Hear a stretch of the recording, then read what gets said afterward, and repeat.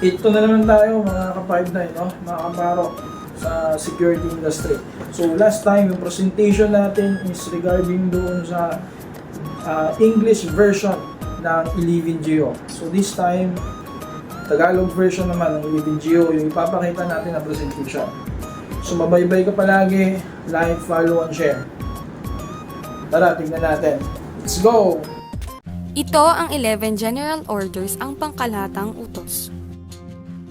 Number 1. Pangasiwaan ng buong husay ang pangangalaga ng buo o kumpanyang binabantayan, pati na ang lahat ng mga ari-arian.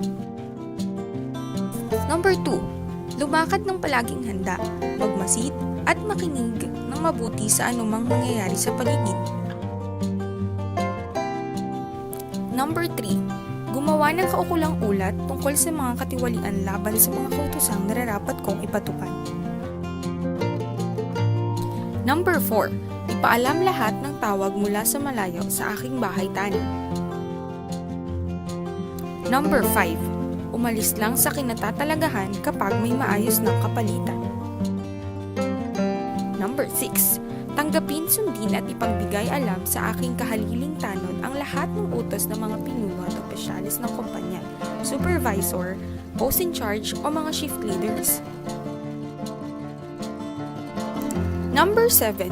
Huwag makipag-usap kanino man habang naka-duty, maliban lamang kung ito'y tungkol sa inyong trabaho. Number 8. Magbabala kung may sunog o gulo.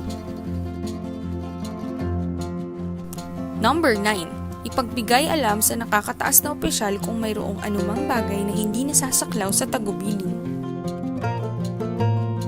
Number 10. Sumaludo sa mga pinuno ng kumpanya, ahensya, gobyerno at opisyal ng Philippine National Police.